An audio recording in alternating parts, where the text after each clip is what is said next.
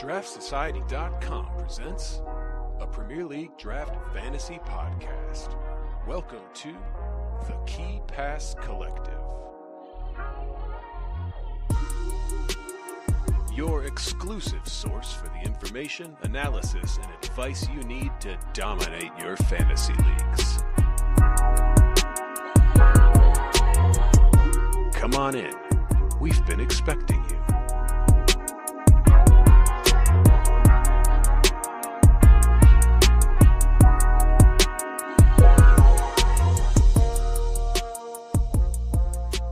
Welcome, Key Pass Collective. This is Totti in place of our podfather, Joe Williams, who is on holiday in Portugal. So if you see a pasty American on the beach in Portugal, go say hello and tell him not to draft Man City assets. Welcome all. This is our first positional pod that we're going to do, and we are going to talk all about defenders. I'll do the spiel that Joe usually does, and then we can introduce everyone. So this is the Keep Ass Collective, the audio companion to the Draft Society. What is the Draft Society? I hear you ask. It is a fantasy football website that deals with draft fantasy solely, and this time around it is draft season, and we have launched our draft kit on the 1st of July. We are 1 month exactly into our draft kit content, and we have actually published most of what we have planned to do. We have rankings, we have forecasts for all the 20 teams, we have season points projections, we have the live draft aid that you can use while drafting and while mocking as well. We have predicted 11s for all the teams. We have draft strategy articles and a lot more. The two big articles that are still to come are the Draft Society Do Not Draft list that is scheduled to come out tomorrow, and the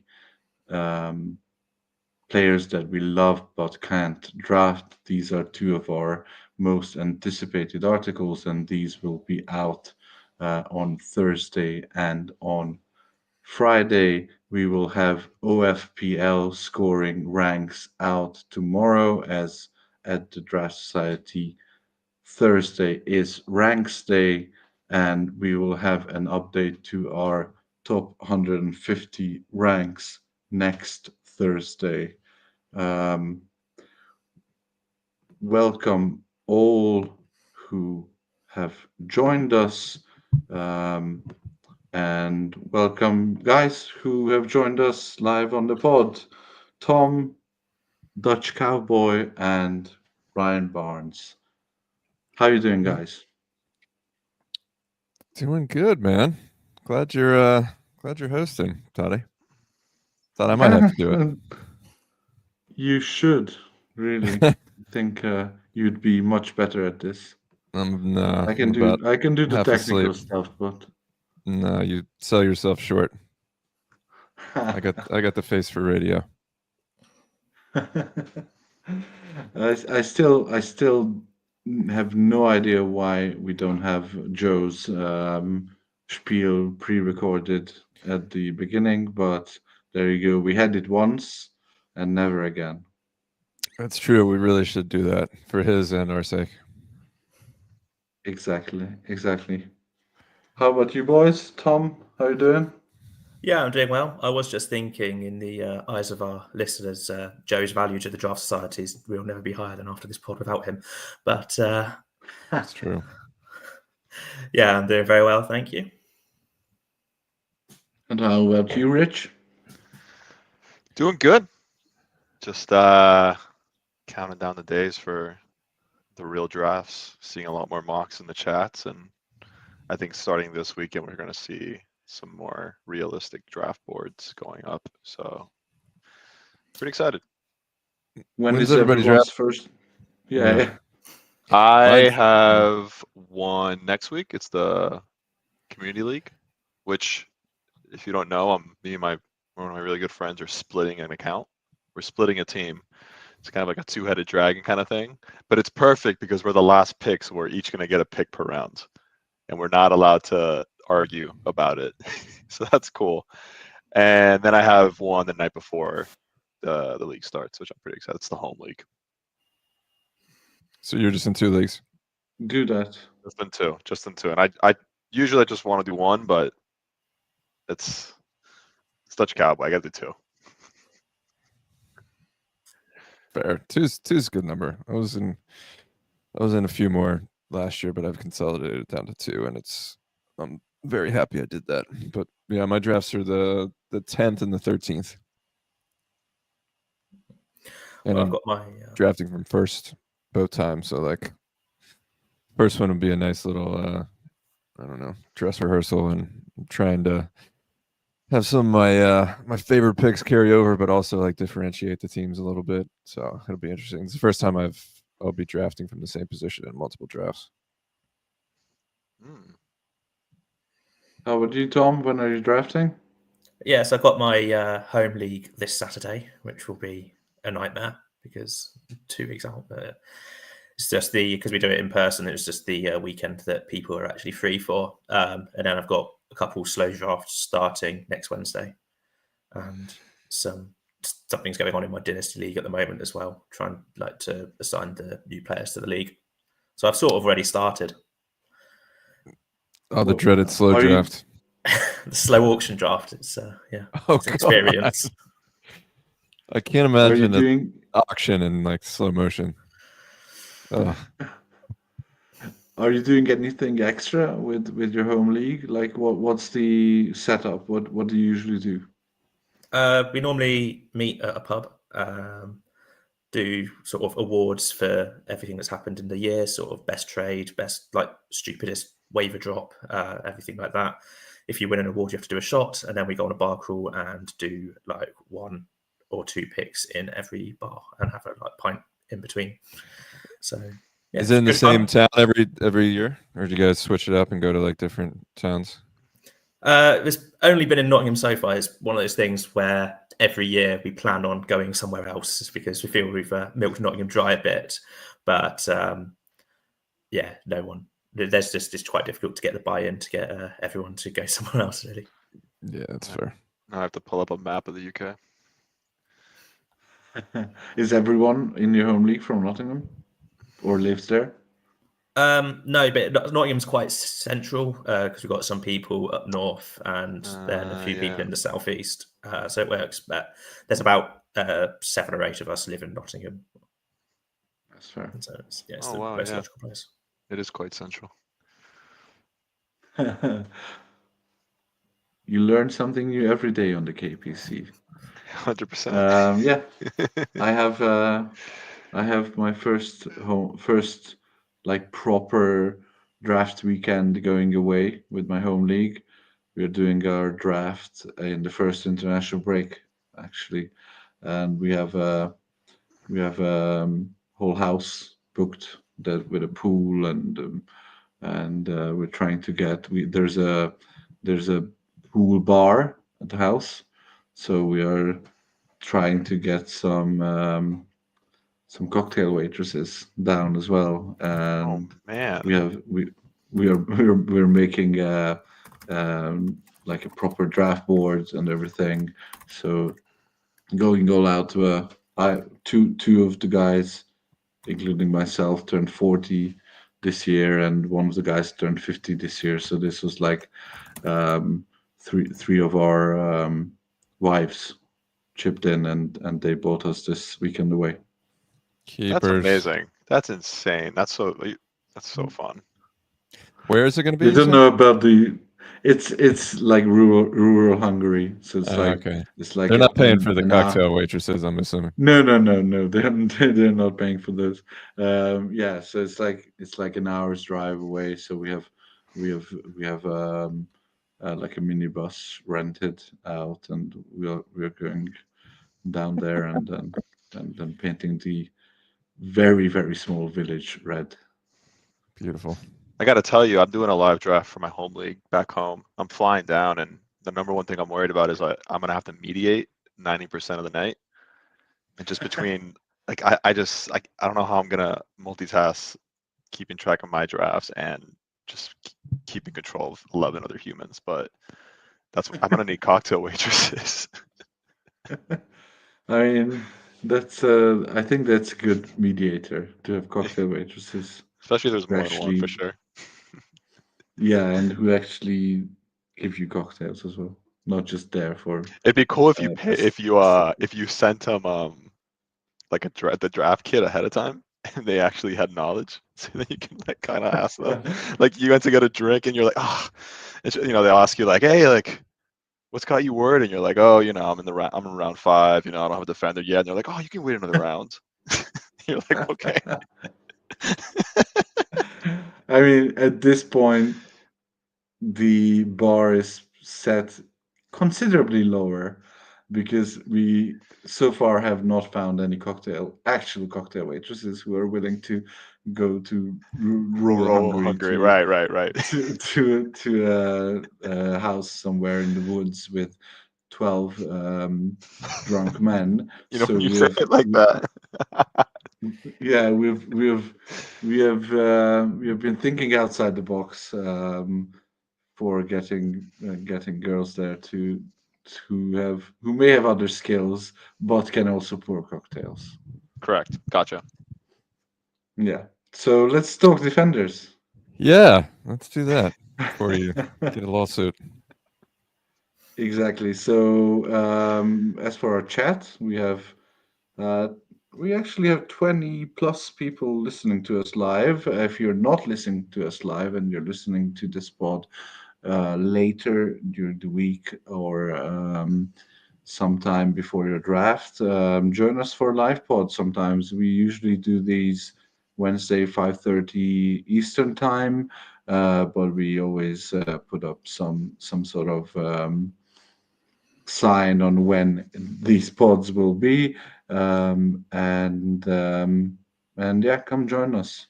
So first of all, let's get everyone's thoughts in general about drafting defenders this season. Rich, let's start with you. Yeah, absolutely. So I think just from what I've seen from mocks, kind of depends on your draft position. But I think if you miss out on kind of what I consider the 2, maybe potentially 3 heavy hitter defenders, you can kind of wait for a bit. That's what I'm kind of seeing in a lot of my drafts is, again, if you miss out on Munoz, Jedi, and maybe Poro, if you consider him in that tier. If you miss out on one of those 3, I don't mind you waiting, another 2, maybe 3 rounds for your first defender. I guess that's how I'm looking at it. That is, unless you believe in a guy like Frimpong. I'm forgetting Tarkowski, of course, in that first batch.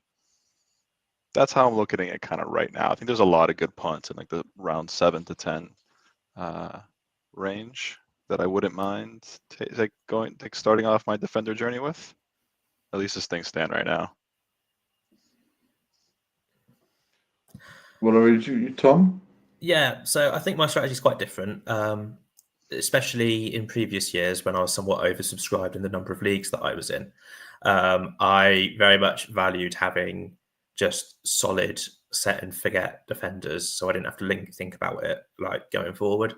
So I'd get my 3 defenders who would normally be I'd normally focus on defenders who were high floor and sort of were good for 35 games a season, and I'd quite happily fill my teams out with that. Now, I appreciate it's not the most it's not the sexiest strategy when it comes to drafting, but it's just in terms of taking the mental load, I suppose, off playing the game. I found that one quite helpful, and it worked reasonably well. Obviously it helped last year that quite a lot of the big towering centre backs were high up in the rankings, but in a couple of leagues, I think my defence was Collins, Milinkovic, and Tarkowski. So that I can't really complain about how it worked. I actually like that strategy. So I think I mean, it's not dissimilar in its final form. I think to what Rich said, it may be coming to the same conclusion from a different angle. It's just that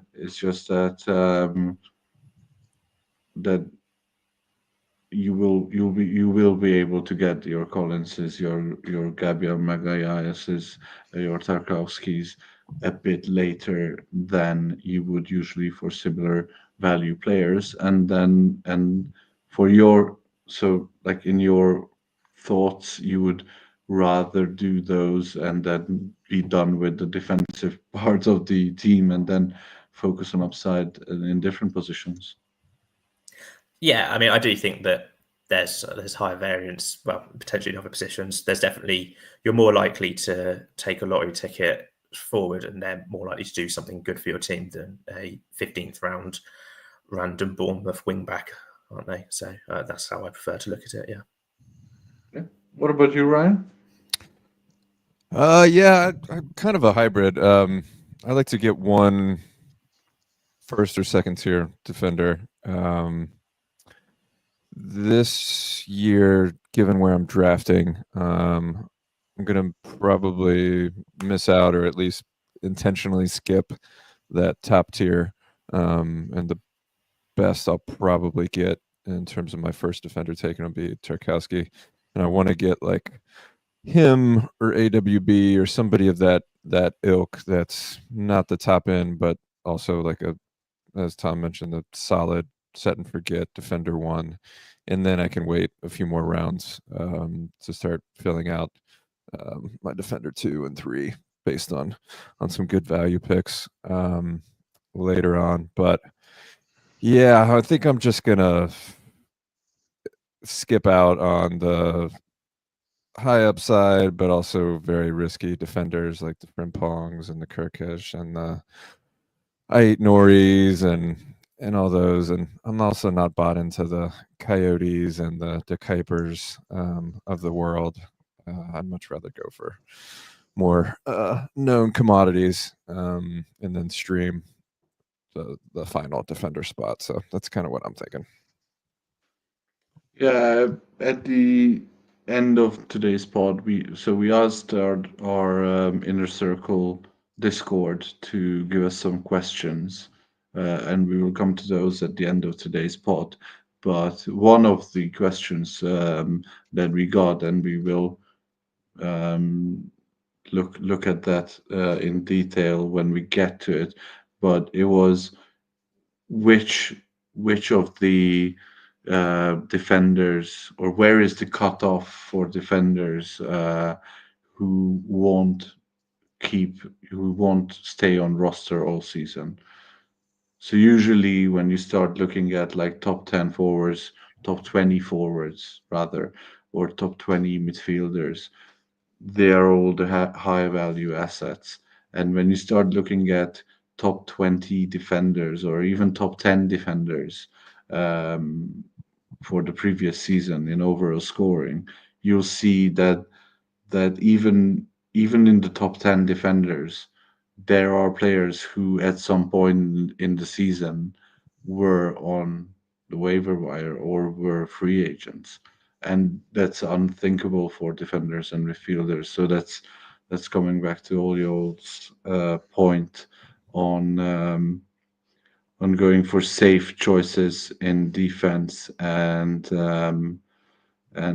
not punting on these unknowns. Let's check out the top tier defenders first. And I'm not sure that you can all see this slide, but so first we're looking at all the defenders or all the kind of relevant defenders that we've ranked, and this is based on our ranking. Most of our today's discussions will be on projected points and projected wins above replacement, so WAR. But I wanted to start with our ranks, and my main question about this, as we have Dani Munoz as our highest ranked defender at 16, and can you guys tell me or explain to me rather, and especially all our listeners, why is it so that we have at the end of last season we've had two defenders in the top 15 of overall points. We've had two more in the top 20. And yet, as we are getting closer and closer to real drafts and we are looking at proper mocks, all these defenders have started falling. And we are not picking these defenders that we rank quite highly. For example, we have myself ranking Munoz at 10, but all you guys, like I think it's Rich, you have him at 14, so very close to first round. Todd, are you able Go to ahead. make the slideshow full screen? Yes.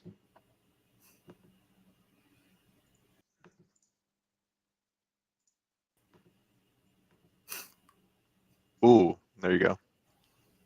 Okay. So what is the reason that we are not ranking these, or we are not picking these defenders where we would be picking them at the end of the season? Because defender's a unique position in the sense that you can stream based on matchup a lot easier than other positions, and there's so many of them that there's always a ton on the wire to stream, and so I think that's probably a good reason why. The other one is it's not as sexy as someone that scores goals essentially, except for me because I was the originator of rolling out 5 at the back. I think that's mostly why. I think there's something as well where a lot of players are just a lot of like managers are predisposed not to take a defender certainly within the first 3 rounds. A lot of people, they'll look at their draft board and think they want either NMF or FFM in their first 3 picks, and then they can build their squad around that core. And it kind of happened a bit with taking Trent in prior seasons, where your team starts to look a little bit wonky. Obviously, it's got Trent in it, and he was amazing, but it doesn't look as good when you've not got the top midfielders and forwards in there. And I think people are just a bit scared off by that.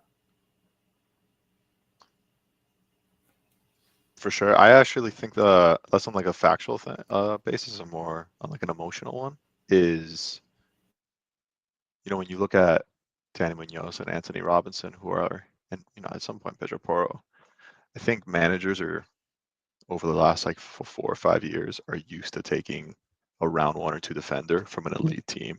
And I think mostly of just Trent or like Joao Cancelo, where, taking a round 2 Crystal Palace wingback just sounds weird at the beginning of the season, even if he might finish in the top 10, 15 at the end of the season. Even with like Anthony Robinson, it's like, damn, am I really going to use my 2nd round pick or 3rd round pick on a wingback from Fulham? I feel like people like kind of emotionally think about that. Like, I don't want to really do. I'd rather just take a punt on someone else in the first 3 rounds.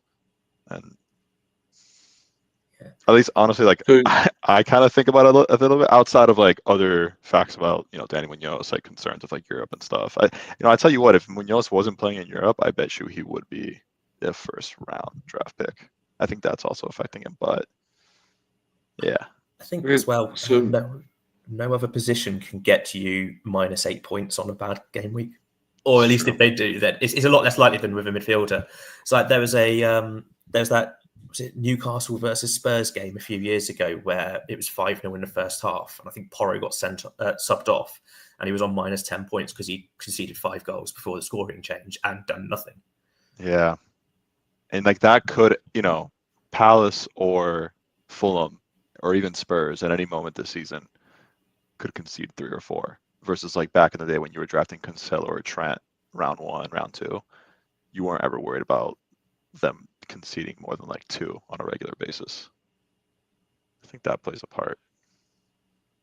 So Jorpy in the chat brings up another good point when valuing defenders is that generally speaking, their in-season trade value is lower than either midfielders or forwards. Do you guys agree? Well, I think that's sort of saying that defenders have less value because they have less value. It's the reason that they have trade value, they have lower trade value is because people don't want defenders on their team, sort of thing. Part of it is because most people have 3 defenders they're reasonably happy with and they don't want to play 4 or 5 at the back, which I suppose is why their trade value, it's harder to get a trade in where you're giving someone a defender for another position because they'll just look and think, well, I don't really want to play an extra defender each week. So yeah, I do see.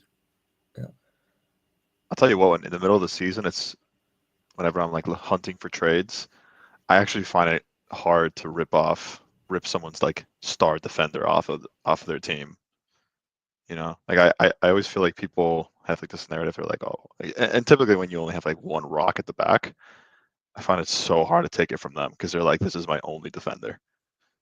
Versus like they have like, they might have like 3 or 4 mids, 1 or 2 or 3 forwards. I was saying kind of that a lot last year when I was desperate for defenders because they went so quick in my draft. And that's going back to valuing prime, like top level defenders, because those 5, 6, or maybe around 10 defenders will be the core value of those 10 managers. So they will have difficulty letting those go. But after that, the cutoff or the fall from, like, if you're probably, I think there is truth in this, and I still kinda can't put my finger on it because, like, you've seen Nathan Collins last season, who ended up being a top 20 overall player. And even though he was putting up 15 points every week, he was still not being valued in trades as a player who puts up 15 points every week. So if he was a midfielder doing the same scoring, you would have been able to get Phil Foden for him. Yeah, people are just emotionally weird about defenders, huh? It's like a weird position. And I think that's a good segue into what so looking at these highest tier defenders. It's a good segue into what I wanted to come out or into with this discussion is that if you're listening to the Defenders Breakdown pod on the KPC, and if you are spending probably the next hour listening to us talking about defenders, wouldn't our jobs here, us four, be to debunk the defenders are shit narrative and actually tell people that if you are able to get Danny Munoz with your pick 25, if you are able to get Anthony Robinson in the 4th round, if you're able to get James Tarkowski in or at the end of the 4th round, just thank God and be happy with it and look for these value ads and take advantage of everyone else's ignorance about defenders. No? Yeah? No?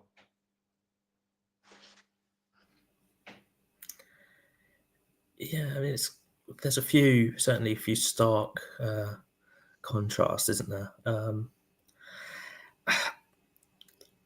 I suppose this is all based on the projections, which I feel that defenders are quite inherently volatile compared to the projections potentially. Like it's very hard to guess how good a defence will be next year. Like no one could have foreseen the defence that Nottingham Forest ended up having, and I can see why people are a bit put off by the idea of going back in for Milinkovic, for instance. But yeah, I definitely think that there is value to be had in the defenders and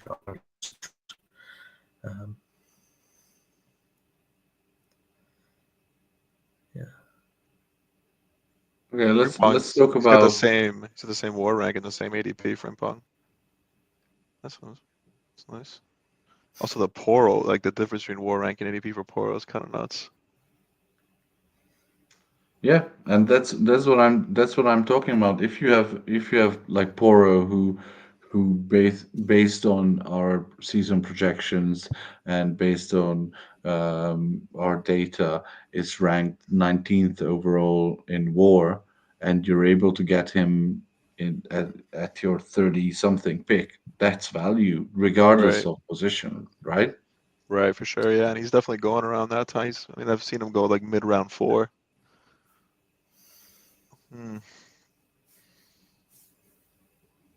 Am I swaying any of you guys? Dude, I mean, you're preaching to the choir. I've been on the defender train for a long time. I just think it can go a little extreme. I actually I picked, man, I better pull up that draft because I decided to, for the hell of it, in one of my leagues last season, to go just best value, and it ended up being like defenders each round. So I had, I think three of my first 5 picks were defenders. Didn't work out with Benny Blanco, but I got Trent, I think 2, and Jedi was up there, Ben White. Yeah, unfortunately I took Robertson, I think round 5. Yeah, Trent and Jedi worked out, but Robbo and Benny Blanco not so much. But yeah, it can go extreme. That's why I like getting one of these guys, maybe 2, and then yeah, filling out my rest of the way. So for the first, this is like the first 2 or first 3 tiers of defenders, and we didn't talk, but I had the same cutoff point as what Ryan said a few minutes before. Like Wan-Bissaka is kind of where it starts to have a bigger drop off. So out of these first 9 defenders, is there anyone you guys want to highlight as a value pick or as someone who is being over or undervalued? What do you guys think? I had Lewis Hall in my undervalued article. Combination of factors, him going out for the season, I think in February. At that point, he had double-digit PPS. So him being out of sight, out of mind. The fact that Newcastle, to Tom's delight, has had a mare this summer doesn't help his ADP. But I mean, we've known since just Chelsea days that he can ghost out of his mind, and plus you can get him in the late 6th, early 7th round. And if he's fit, he can be a defender 1. It's an if.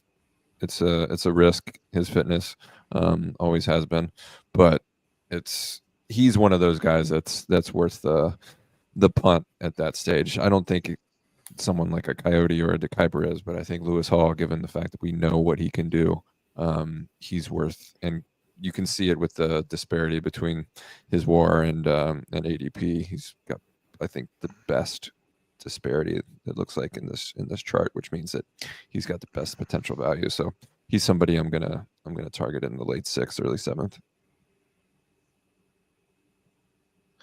He might not be there. Has been in most of the mocks I've seen. Yeah, I think like outside of the big 3/4 here, the one that can provide a lot of value if he gets the starts is Frimpong. We have him projected only at 26 starts, which might be where he ends up. But if he starts to hit 30, 32, he might jump into tier 1, and you're getting him. I mean, he's kind of being overdrafted a little bit. He's getting drafted like kind of round 4, but if you can get him round 5, I'm like okay with it. If you get Bradley way later, Bradley did start today, which was kind of a surprise, and a lot of people were saying that's their full strength team, which I thought he was going to jump in right away. But if Frimpong's there in like the 5th, end of the 5th round, I may do it. But I think in the 4th right now is too early for him, which is where he's kind of going. He's tiny. I didn't know how small he was until I saw him. How tall is he? Like size? Dude, he looks like he could fit in my pocket. He's tiny. All right, let me look it up. He is 5'8". Yeah, he looks like he's about. Oh, 5'4". brother, he's 143 pounds. Yeah, he's gonna get tossed like a rag doll. I'm good on Frimmy. Yeah, I think we are sleeping on Bradley a bit. I think after this morning, I woke up and saw those lineups. I was like, damn. All right. I mean, you gotta cuff him if you want peace of mind. It's just not a cuff that I think is worth it. Yeah, cuffing defenders isn't like usually what you want to be doing. But Not they the both old Spurs score. days. Yeah, they both score pretty well. So, well, I mean, I'm assuming Jerry Frimpong's going to score well based on what he was doing over in Germany. But the Chile Alonso cuff was the golden cuff. Would anyone consider one of the cuffs of the other low projected starts for mid defenders that we've got here? So looking at Porro mostly, who I think that's actually part of the reason for his ADP war rank disparity is he lost his spot a fair bit towards the end of last season. I mean, part of that is and running his players into the ground, so no one was fit. But would you consider like taking? Would you Spence? Yeah, you can get That's why I'm Spence worried about him. super late, super late. If I mean, it's that's where he's gone undrafted. Yeah. Yeah. I mean, I specifically remember the owner of Porro in my league just being like pissed off the whole end of the season because Porro was only starting European games. I mean, Ange isn't there anymore, and it'll probably be a little different, but yeah, he was just not starting Prem games for like a big stretch there. I think Porro could go either way. He could be tremendous value, or he could be not worth the high draft pick. And I think it's going to depend on if in the preseason games we see him taking sets. The Udogi injury, if it's serious, means that Spence will be on the left and Porro's position is safe. So if I see those two things happen preseason, I'll try and get him 3rd or 4th. If not, I'm happy to skip out. I think Udogi is pretty serious. I think it's the meniscus. Yeah, that's what I read. I think he's gonna be out for a while. Yeah, it kind of sounds like October, like that international break around there potentially. Huh. Okay. Is anyone worth mentioning from these early defenders that you guys want to talk about? VVD, I always think he goes earlier than he should, but then you always look at the end of the season and he's somehow up there. I can't remember off the top of my head any monsters that he's had, but he's always, I guess through war of attrition, is always a top scorer. But and then It's like AWB, I would have thought he'd be better. Yeah, VVD is like the most unsexy defender one. Yeah, if you look at how similar they are with Milenkovic in their projections on points per start and on game starts as well, and you can actually get Milenkovic in the 7th or 8th, whereas for Van Dijk you would have to pick him in the 5th. Yeah, I'm always happy for somebody else to do that. Not me. Surprised Idori's not Same. on this initial list. Yeah, I think he'll be in the next one. So we can Yeah. actually move on to our next set of defenders. Yep, and there he is, Ryan Idori. It is those pesky 18 game starts that I know. brings his war rank down to 73. Um, Yeah, if you check out if you're watching us on YouTube or watching us on Spotify, because we upload the video version on Spotify too, and you can see that although the war for the season and the war rank will rank him among these players, Milos Kerkez, Gabriel Magalhaes, Nathan Collins, and the likes, but his war per start is 0.021, which compares him to like Frimpong, Tarkowski, Lewis Hall, so players from the slide before our top defenders. So essentially, the Eitner is here because we are not projecting him to start enough games to provide long-term value. Where's the ADP on this one? It's been cut off because His ADP is 45, which is in between Kerkez and Virgil van Dijk. yes, that's what I want to. I don't like Kirkes this season at all. I think that right side's going to be the one that does most of the attacking, and didn't like what I saw from the left backs of Liverpool last season, and he's also still going to be rotating with Robbo. I just think that mix is just bad, not worth it.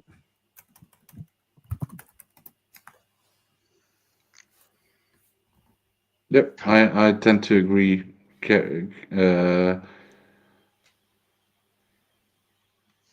It's yeah, it looks like Kerkez is like the 10th defender of the board, which is crazy considering considering Robbo's still there. There's rumors he's going to be vice captain, and also what Ryan said about last season, the tanking of Robbo's value. Was Trey Hume the defender that was injured in like the first 10 minutes in the playoff final? No, that was Luke O'Neill. Gotcha. Oh, okay. Tell us a bit about Trey Hume here, Yes, Tom, please. if you will. Yeah, so he's Sunderland's right back, player of the season last year. He just gets it's basically, if you could think of an outfielder's scoring statistic in Fantrax, he does a decent amount of it, apart from like contest succeeded. He gets crosses, he gets key passes, but he gets the bulk of his points just through aerials and tackles won. He's just a menace on the right hand side. Just granted, he was very good, very good at tackling championship wingers. So whether you, I believe that in the cup game we had against the Mags, he got a little bit cooked by Anthony Gordon, but that was a year and a half ago. We didn't have a real manager at the time, so maybe he'll step up better this time round. I like him in the sort of, maybe not as high as 85. I think I've got him about there on my consensus rankings, but I'd feel a little bit worried taking him. That would be start of round 8. That seems a little bit early for him, but maybe as early as 9-10 if I really wanted a defender. His ADP is 152. Yeah, I think he's very good value there. Yeah. Yeah, you don't need to reach. He'll be there. In your home leagues, he'll be there at round whatever the hell, but maybe in some of the more competitive leagues, he'll go a little earlier. But Yeah, I mean, we have to remember that while us guys on the pod and most of our listeners who are in the live chat and interacting with us will be in leagues that are very competitive, we are producing this pod and we are writing our articles for fantasy managers who are playing in home leagues whose managers will have never heard of Trey Hume. So I think for them this is great information. Currently, Jaden Bogle, Ola Aina, Malo Gusto, Diego Dallo, these players are all ranked higher. They have all lower ADPs than Trey Hume. That just kind of makes me sad. Just stop talking about him so I can go get him. Right. So moving on, um, any of the Dan Burn. defenders from Dan Burn here. I was writing my Newcastle forecast and Genie reviewed it and he reminded me that Burn may lose starts to, which is why his starts are so low here, to Botman. Now that Botman's back from his, I think it was ACL, but he came at the end there. Even though it's tough to tell if he's going to take his spot right away because at the end of the season, Newcastle are playing 3 at the back. But there is a risk there. So, and I see Burn going in like the mid rounds, like rounds 8 to 10, and you maybe Botman's just injured wasting a again. pick. Yeah, he's injured every game, every appearance. Bowman's injured again. Yeah. yes, yeah, Jeez. Well, yeah. But at the end of the day, I know that like I think we were doing like end of season awards or quiz or whatever. I don't remember. Ryan might remember better. And we were talking about like top scoring defender in the last 10 rounds, and it was Dan Burn. And obviously it's recency bias, but I don't know. I personally, based on historical evidence, I'd I'd prefer Fabian Schär. Is that too much of an out there take? I think so. Yeah, I'd rather have Burn. I had him for that purple patch in the last season, and he was incredible. Set and forget helped me win a league. But there's a lot of question marks. The great part about him was he could play center back. He'd also get some left back starts. But if everyone's fit, he'll probably rotate.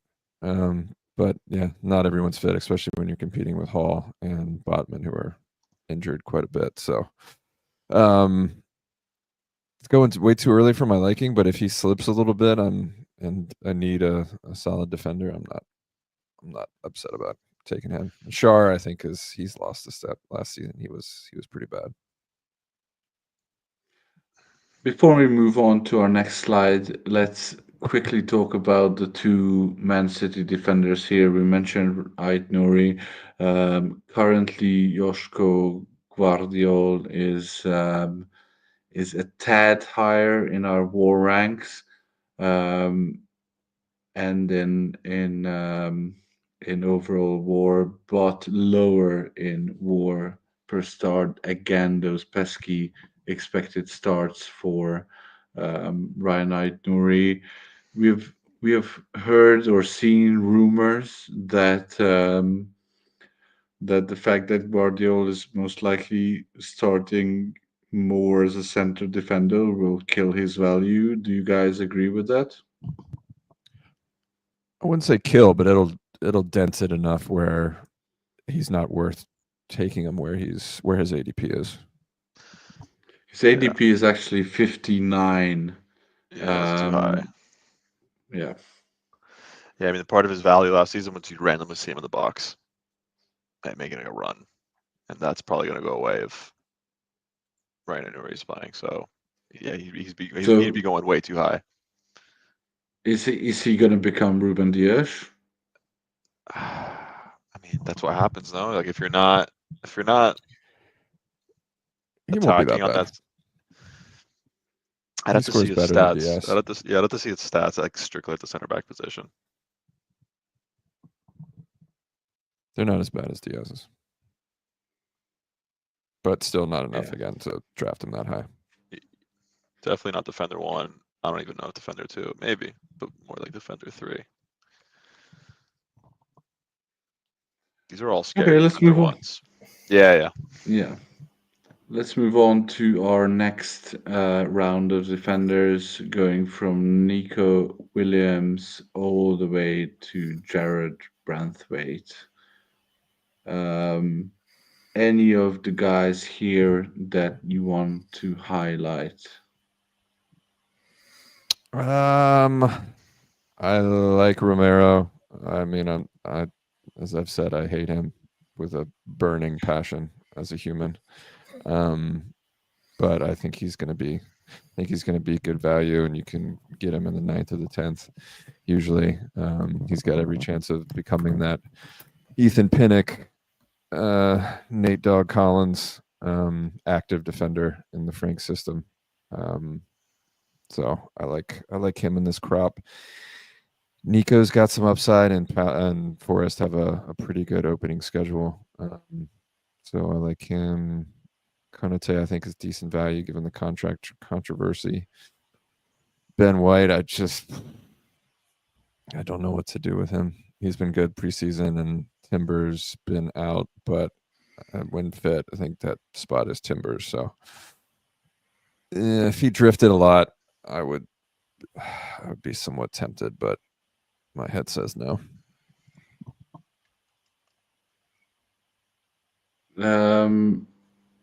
Yeah, I think Ben White is an interesting one. Currently, he is his ADP is behind Saliba. His ADP is currently 116, just below Lewis Kelly. I think he's decent value there. ADP guys. Ian Matson feels like a trap, but if Digna's getting old, and I feel like Digne might get a lot of the Europa League games, and maybe like towards the end of the season, like the last 3 games of last season, Matson was playing Prem, Digne was playing like Champions League or just not playing. Especially I think the last 2 must-win games for Villa, Digne was on the bench and Matson started, which I mentioned in the forecast, which could be a sign of things to come. I think this is the year Matson finally gets more starts than Digne.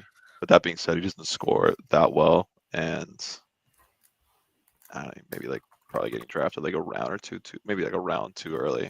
I also like Romero. I agree. I think he's going to score well. He's going to be a piece of shit in that back line. And then when I was writing the Palace piece, I was just surprised how solid the floor of like the Palace defenders are. Richards, I think it's, you say Lacroix, is how you say that? And then Gehi. Like I'd be fine with either of those 3 guys as like my defender 3. You can probably get at least one of them. They all actually start pretty. They score pretty decently, which is nice. And there's gonna be 3 of them, probably. So. And are you guys not worried about Romero leaving? There have been rumors about Atletico. Obviously, when you're talking about a 10th round player, you don't really care if they're leaving. But still, like with the potential that you're discussing, you'd be gutted if you could get him in the 10th or 12th round, and then he left. Yeah, I mean, they just signed another center back. So Atleti have kind of, I think, had a phenomenal window, kind of all around. They've signed like key players like all over the pitch, and they signed this. I think he's Slovakian or Slovenian from, I don't know where in the Netherlands, but yeah, he's a center back, and so I feel like that kind of told me that they're good with the center back position now. That transfer just happened this week, so I think he's good. And they've been kind of moving pretty swiftly in the transfer market. They've done a lot of their business already, so they might be done.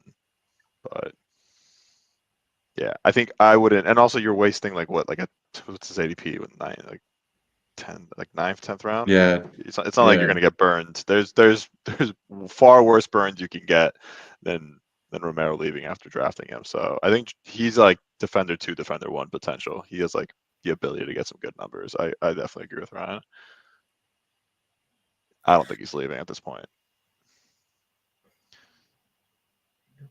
Just looking at, it's probably worth calling out the fact that Everton have just signed a new left back. It's Ashley's like 19, so we bought from Bayern Munich. So obviously Mikalenko is still going to be the starter, but there is actually some form of competition at left back for Everton, which hasn't been the case for the last 2 years, where it's been Mikalenko or playing James Garner out of position or something like that. Leighton Baines. Getting in off the coach bench. Oh, legend. Yeah, essentially, like there are options for Mikalenko, so he's not going to be sort of carted out no matter how tired he is to get his 35 starts next year. So that number could go down in the next update. Yep, and I think it's worth mentioning that a lot of the top 6 sides have done their transfer business early, but a lot, and I mean a lot, of the mid-table and lower ranked sides have done nothing or very little so far, and will still do a fair bit of business. I've had trouble writing the Bournemouth, Brentford, and Fulham forecasts because altogether they haven't signed one usable first team player. Dude, it's like Villa, same thing. It's bleak. I've got to give Newcastle their props. They have tried to sign quite a few players this summer. Just no one wants to go over there. I gotta visit and figure out why. I do some investigative work.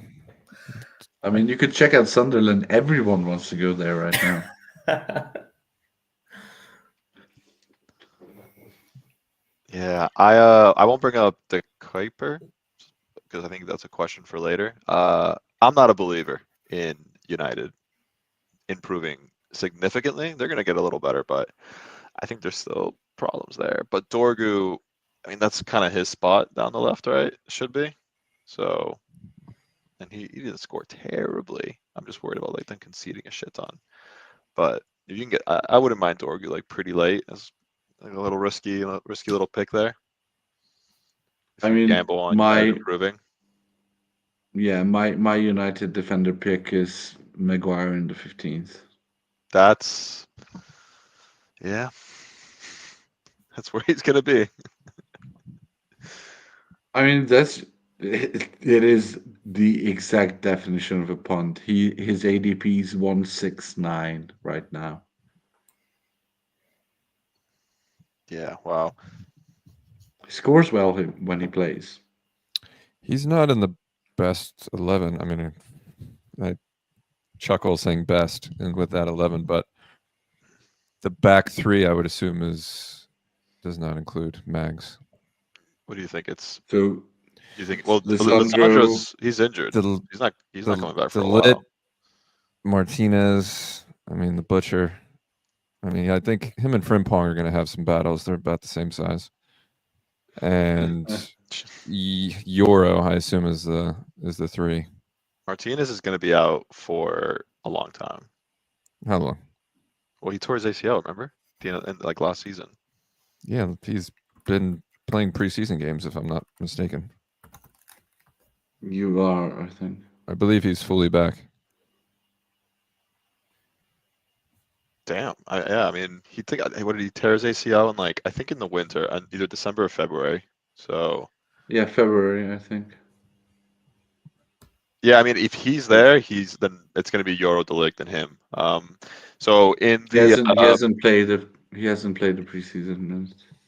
I saw him. Maybe he was on the bench. I don't know. the back three for the Summer Series game, Oh, they're playing tonight too, right? they're playing in a couple hours. So Euro Delict and Heaven were the back three against West Ham. We'll see who starts tonight against Bournemouth. Yeah.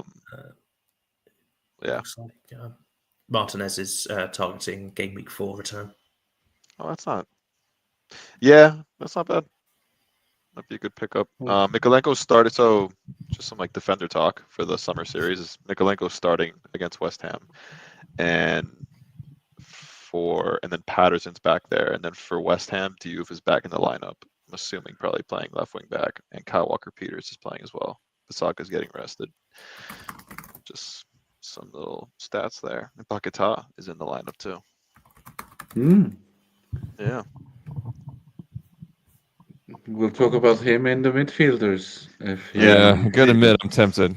A big late. do not draft on this list for me is just I will probably never draft for Reece James. So yeah, I'll let someone else do that. I'm all set there. Same. I've had him in the do not draft article, I think twice already. So I wanted to shake it up, but yeah, he's always. That's just laziness. For me. Yeah. Writes itself. He's in the do not draft category. Yes. Exactly. Yeah, the blacklist. It's like, dude, come on, try harder. Yep. Let's move on to some pretty bad defenders right now.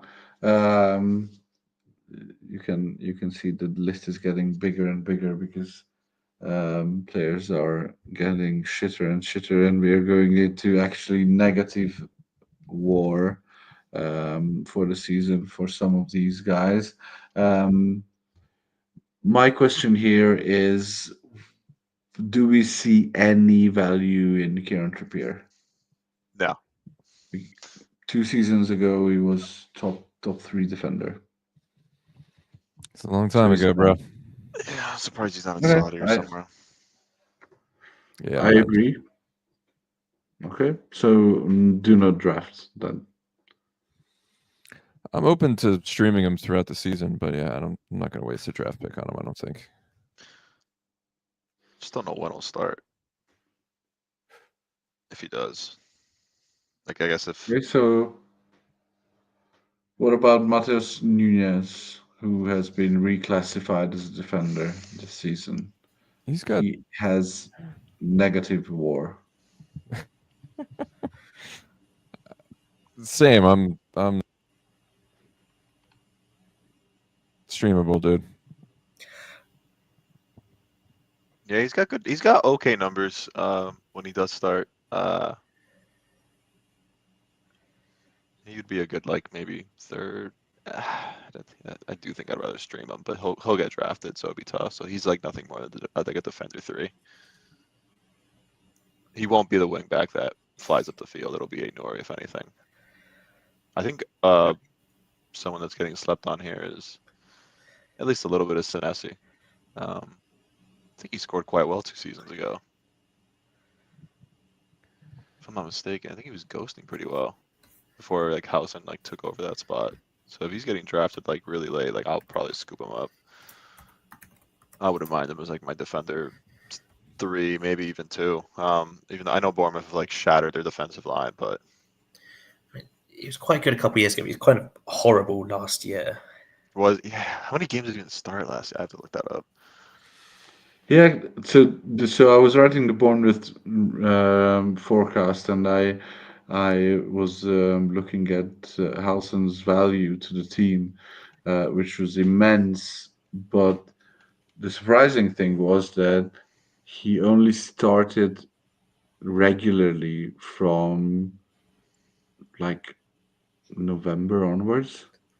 So for the first 2 months of the season, it was Senesi with some, I think, 2 Housen starts sprinkled in. So yeah, I think that he's got 9 ghost posts per start. It's not bad.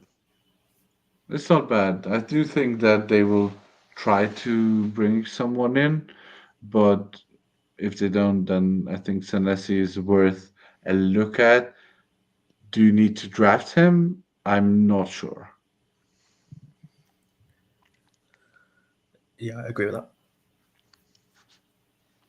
I don't think there's many players on this slide that you actually sort of have to draft, even if it's just like rounds 13 and onwards. Ryan, can you tell us about you have some Mosquera's fitness and his projected value to the team? Ooh, man, he was a ghost point monster. He also had some weird interactions with Gabriel Jesus. I'll leave that to the listeners to find the video. But um, Colombian, great player, but yeah, tore something last season and was out for the entire campaign. They played a friendly earlier. I don't think he was even on the bench, so I think it'd be quite a miracle if he became a regular starter. So he's definitely somebody that I'm not drafting, but I'm monitoring throughout the season. And if he is on the team sheet, I'm definitely streaming because his ghosts are really good. He's a very active player, but yeah, I'm not expecting much from him. If he even stays, I mean, there's a possibility they loan him out um, or something like that. So Okay. not interested.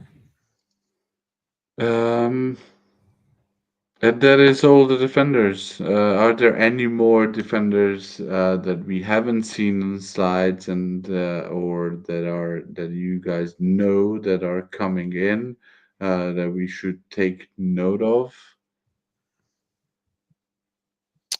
before we move on to our listener questions?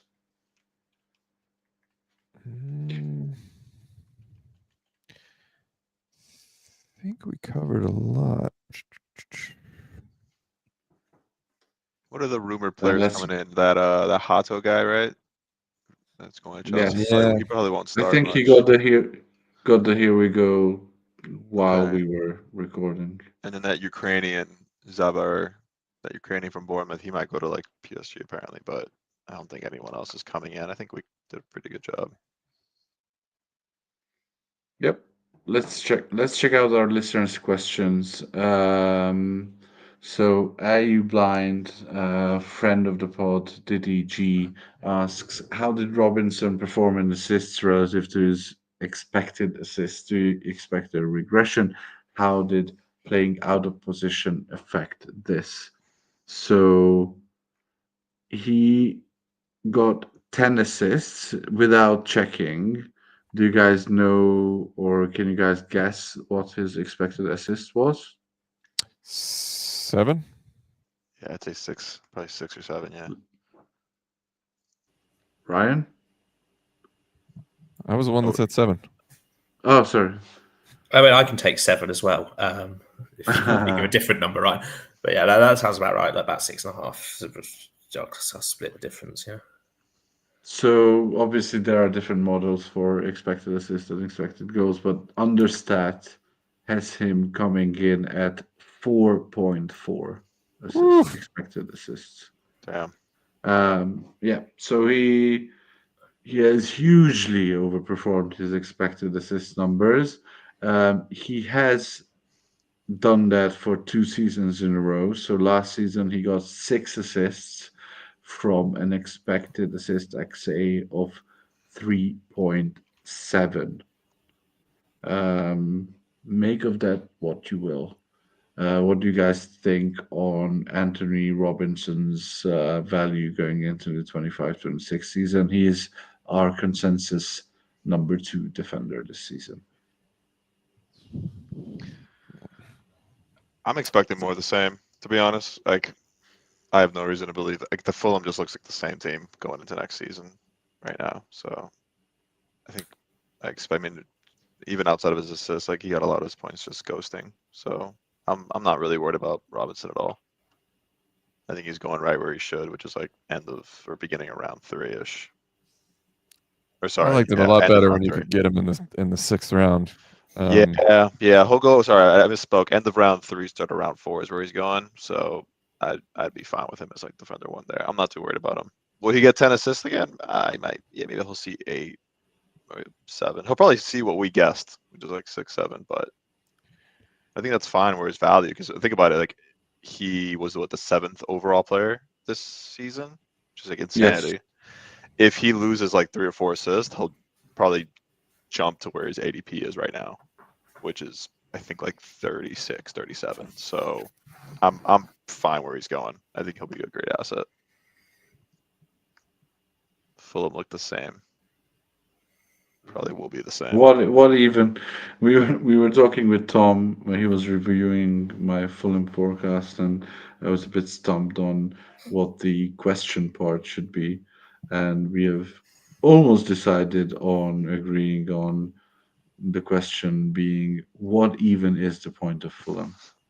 Yeah, what's the vision there? I don't know. They have like they're actually fun to watch. Like I quite enjoyed them, but I'm not sure what the long-term vision is there. I think it's a good way station for Arsenal Academy products. Yeah, they're getting Reece Nelson. Zinchenko now has been linked to them as well. So Nice. it'll I be mean, fun. they don't have to move houses.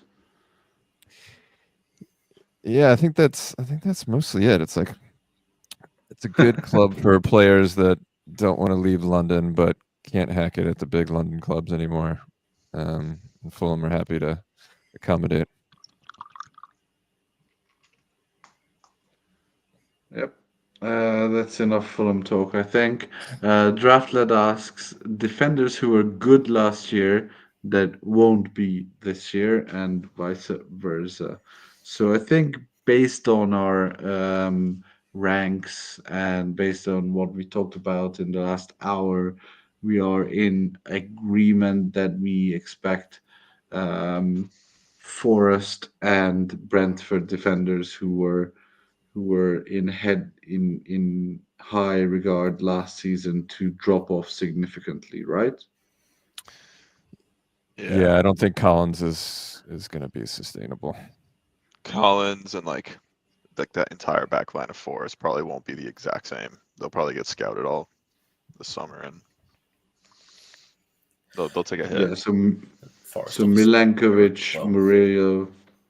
I mean, I know it's we haven't really talked about him at all, but I can't see Munoz doing what he did again. I think they're going to need him for way too many games, and there's only so many times you can start 90 minutes across, 2 major competitions, especially if they're going to be in Conference League, where I feel like they'll actually make a little bit of a run. They won't.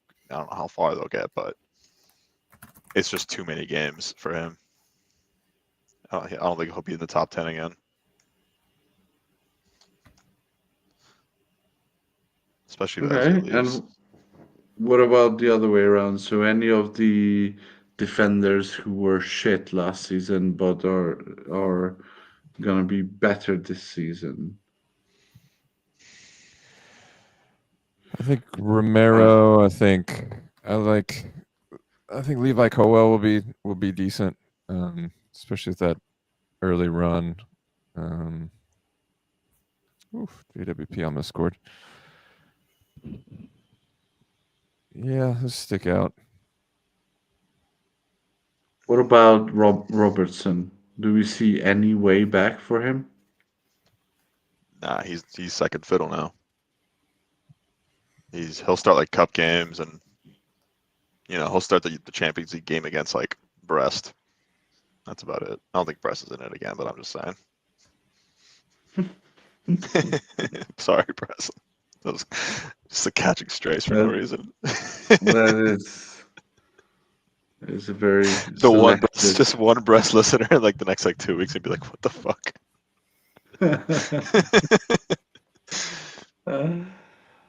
Maybe he just now realizes that they're not in Champions League this season. He's also like, oh, what?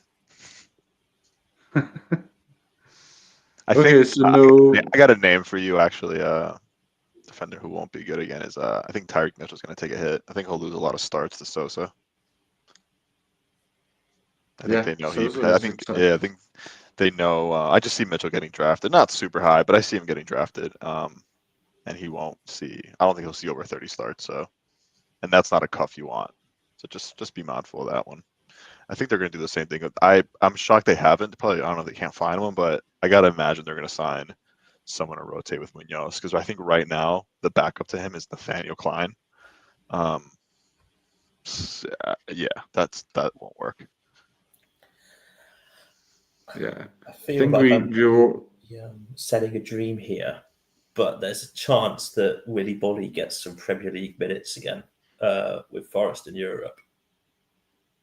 They may Oh, look shit. to rotate That's Murillo and Deep cut. Milenkovic. Yeah, and well, Willy Bolly, he's shown he can do it in the past. It's about 2 or 3 years since he's done anything, but that obviously you're never going to even think about drafting him. But I wouldn't be surprised to see him be a premium streamer at some point in the season. Yeah, especially if Forest, like if after the first 2 or 3 games, I forget who they're playing, but if after the first 2 or 3 game weeks they're showing that they're the same side as last year, it's like, oh shit. Yeah, man, that's deep cut. Yeah, so I think prime candidates for our players who are shit, but I got are gonna be decent. another super deep one. Not super deep, not as deep as Willy Bolly actually, but just based on experience last year is I don't think that I'm worried about United's little like just as a team overall. And I think I'm worried about a time in the season where they're just really shitty defensively, and Ahmad can't. You can't have a little guy playing right wing back. I think all season, and Mazraoui when he was playing right wing back scored pretty well. He to start the season last year was doing quite well in that spot until he moved down to right center back and took a hit in his points. But I think there will be a moment this season where Ahmad either goes up or gets dropped, and they put Mazraoui back in for like stability. And he was ghosting quite well there, and I don't think he's going to get drafted this year. So, shot in the dark, but something I experienced last year. So, Yeah, I can see that. Yeah, I was gonna say on United defenders, they are the prime candidates that will improve.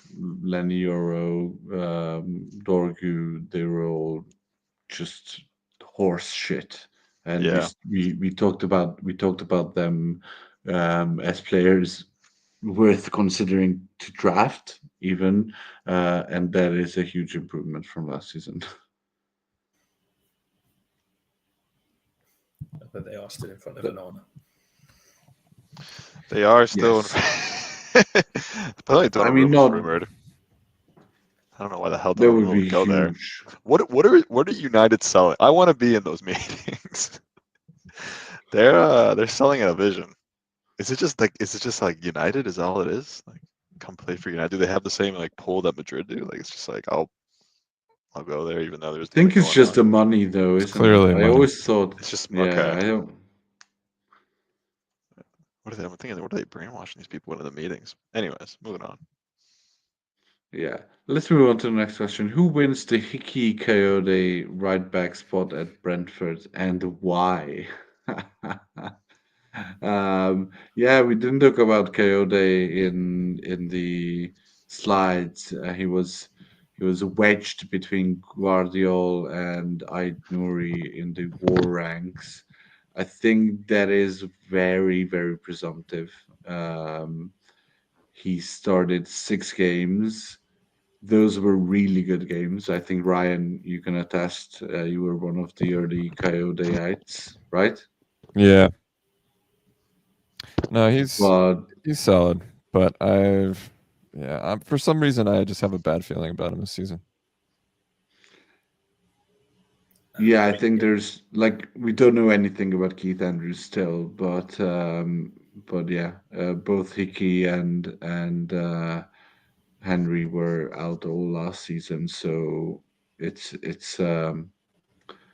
it's a dark horse with Brentford defenders.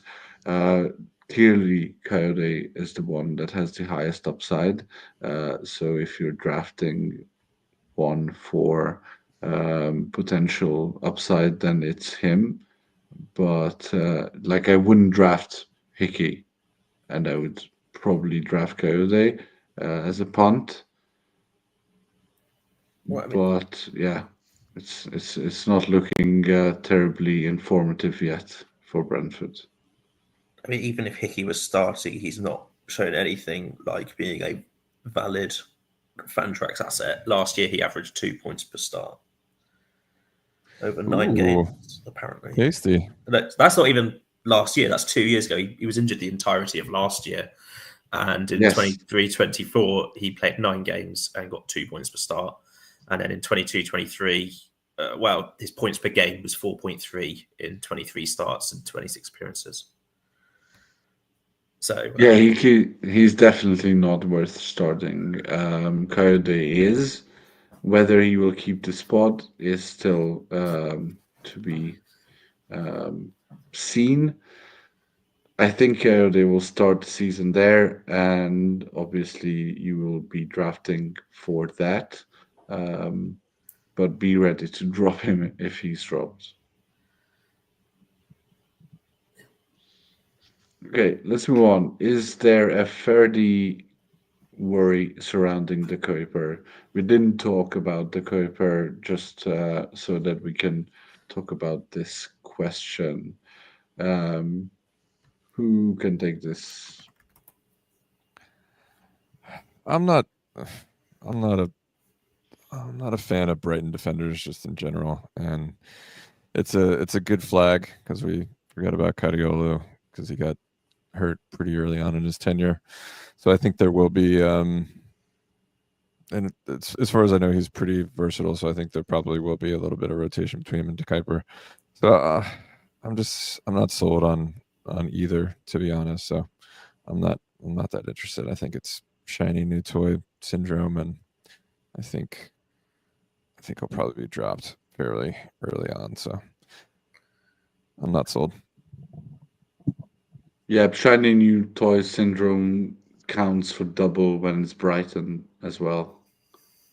I wonder why that is, though. Their defenders, I mean, yeah, Stupinian had his moments. And Pascal Gross is Pascal Gross, but otherwise, I mean, it's been shit. I think it's an association with like Brighton being like a punty side. Like there's been a lot of like deep sleepers there over the last few years.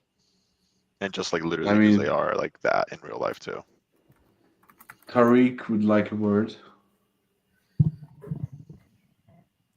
Like a word, like 5 times a season. Wasn't he in our quiz at the end of the season? A guy who got 2 goals, 2 assists, and 2 clean sheets, and 2 starts too, I think. Yeah, that's and nuts. 2 starts.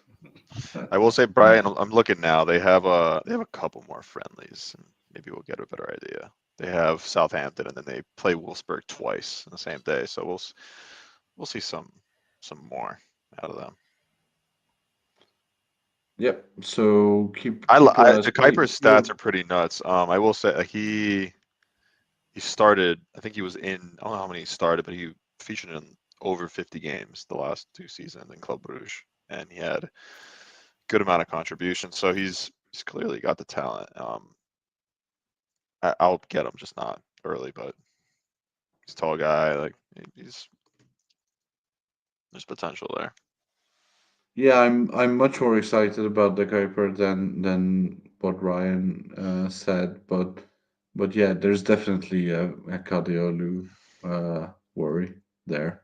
So just keep your expectations to a minimum, and then you won't be disappointed.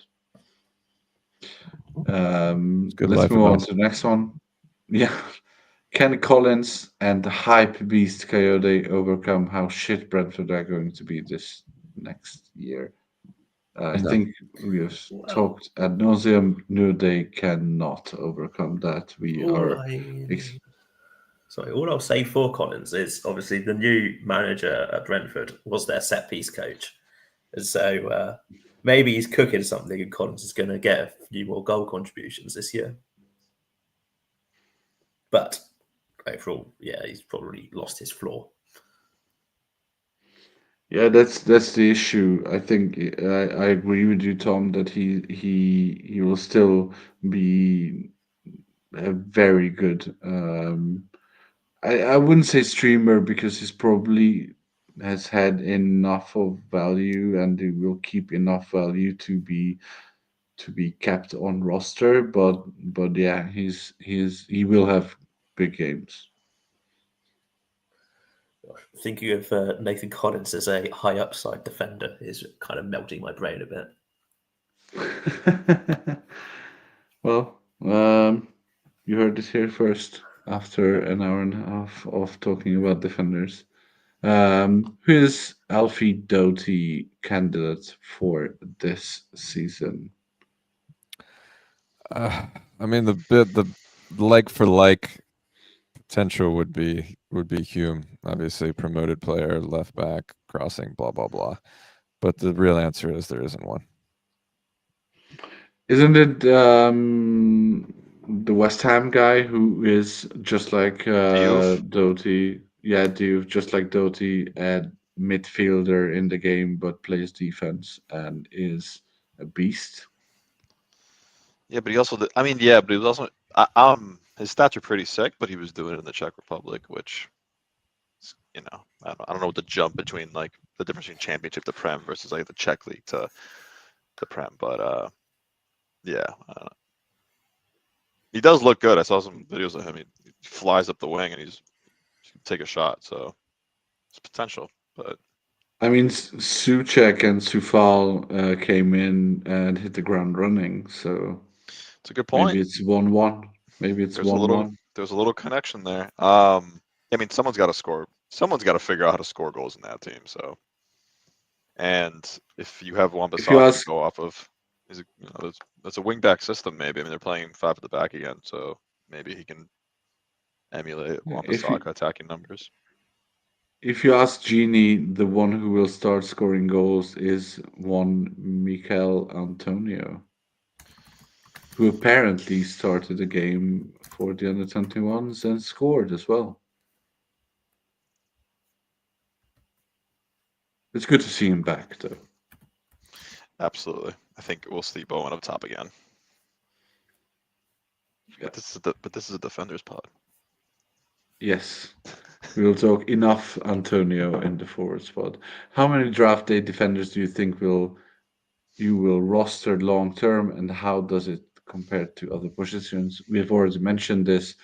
Probably the top 10 are the only ones that are safe to guess to roster long term, and all the rest are at some point in the season will be dropped.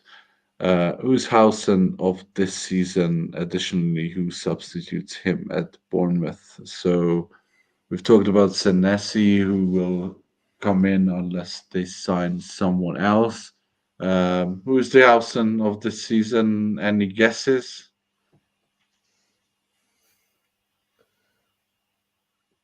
I mean, it's just throwing a dart, isn't it? It is. It is essentially throwing a dart. Yeah. Yeah. It was. It was a very unique position for Housen and a very unique skill set coming in from a Juventus team that was in absolute shambles. Like they would, if they were run properly, they would have never let him go at all. Even when he was coming in, you could see that he was big. He was very good on the ball. He had a very good starting position. He was agile. I don't think there's a player in this season's defender pool that has such a good pedigree and flying under the radar. Okay, let's move on. We've already talked about Dan Burns, so we don't need to talk about him anymore. Why shouldn't I draft Max Kilman in the last couple of rounds? I'll let Ryan start us off with Max Kilman.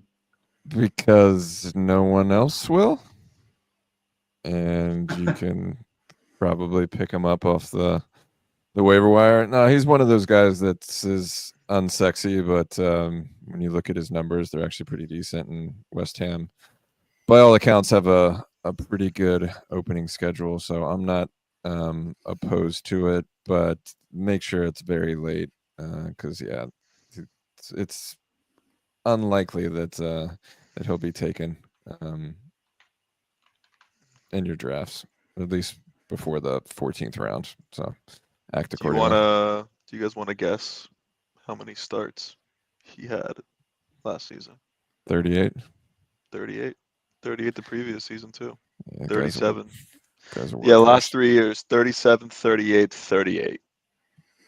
So if you're looking guys for a wanna- guy, just grab him. Unless the last round, I wouldn't mind. The defender 3, whatever. Yeah, I Do you think guys want to guess where? So what is his projection on Fantrax? What is his projection rank among defenders on Fantrax? 1. No, he's the 7th highest projected defender on the Fantrax projections. We all know that is Oh, Fantrax. Bible. Fantrax. No, not our projections. No. I'm just again a wink and a sort of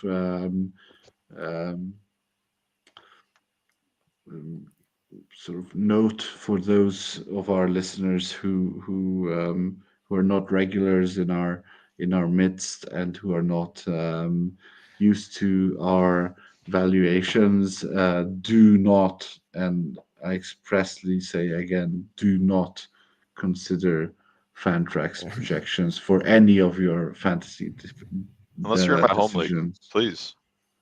Please don't do my home league. Who's Yeah. above him? Ben Davies? Above him is Nathan Collins, Adrian Truffert. Oh, we haven't talked about him yet. We haven't talked about him. Yeah, he's the guy who came in for Kerkez Miloš, and he's a kind of like for like replacement. I do expect him to struggle early on, just like Kerkez did in his first season under Iraola. So I'm in a bit of a disagreement with his 12.5 points per game and 415 overall projected points. I mean, they're being pretty conservative still. I think he was like an early signing, and I was just, getting into draft season, and I got excited about, a shiny new thing. But then I was like, as the draft season has progressed, I'm all set on him. I don't know if he'll be the guy. Yeah, I don't want us to get bogged down on Fantrax projections, but just a wink back to Robinson. Fantrax are saying that Robinson will have 53 key passes, and of those 53, 20 will result in assists. Holy shit, that's a pretty good success rate. Do you guys know where he was born? How many? 20. He's projected for 20 assists this season. They obviously know something about Jimenez that we don't. True. Now, do you guys know where Anthony Robinson was born? Isn't he a London boy? Isn't he US born? Is that where Milton Keynes is? Yeah, it's in London. Cool. It's just No, nice. well, Yeah. It's not. Yeah, he was born in England. Was he? I mean, have you ever heard him found that talk? out. Yeah, he's English. I've never heard him talk, and I found that out 10 seconds ago, looking at his Wikipedia. Yeah, he's very. So he can't be president then. He cannot be president of the United States. That is correct. Unfortunately, he would do a good job probably. Hope he's listening. I'm not gonna say much else before. I'm not gonna say much else. Not unlike Elon Musk, who turns out he is the highest value person. Who, Man, for a second there, I was a little worried. I think we all were. I'm not gonna lie. Shit was going pretty weird. Shit was getting pretty weird for a second there. I was like, anything can really happen. But anyways, Yep. like I said, I don't have to go too deep into that. And if you want to have a laugh, then go check out the Fantrax projections. So any more to say on Defenders before we wrap up this monster of a pod? Nope, I think we beat the Defenders with a horse. I think we did as well. So for our listeners and for you guys as well, we will be releasing our, as I said in the intro, we will be releasing our Do Not Draft and Love But Can't draft articles at the end of this week. And we will be updating our ranks and the live draft 8 next week. And keep checking the draft kit and all the articles there. We will be releasing a few more next week as well. Thank you for listening, and hope you join us for our midfielder and forward episodes as well, which hopefully will feature Joe too. See you guys, and that is the end. Woo!